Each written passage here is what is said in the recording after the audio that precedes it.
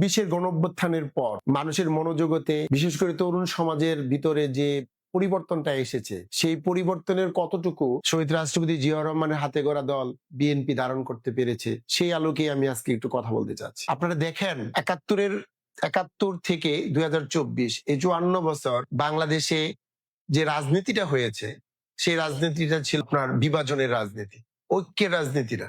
বিভাজনটা কিরকম ছিল? হয় আপনার ধর্মকে নিয়ে বিভাজন করা হয়েছে, না হলে আপনার জাতীয়তাবাদ, বাংলাদেশি না বাঙালি জাতীয়তাবাদ, না আপনার আহ যে রাজনৈতিক যে মতামত যে আপনি বাসদ করেন না জাসদ করেন, না আপনি মুক্তিযুদ্ধের পক্ষ না বিপক্ষ, এই ধরনের আপনার ন্যারেশন বা ন্যারেটিভ দিয়েই দেখা গেছে যে গত ৫৪টা বছর বাংলাদেশের রাজনীতি এখন কিন্তু এই ন্যারেশনের বা ন্যারেটিভের রাজনীতির দিন শেষ। আপনাকে অবশ্যই জনকল্যাণমুখী এবং অন্তর্ভুক্তিমূলক রাজনীতির দিকে চলে যেতে হবে, যেটা শহীদ রাষ্ট্রপতি জিয়াউর রহমান আজ থেকে প্রায় ৪৮ বছর আগে চিন্তা ভাবনা করেছিলেন।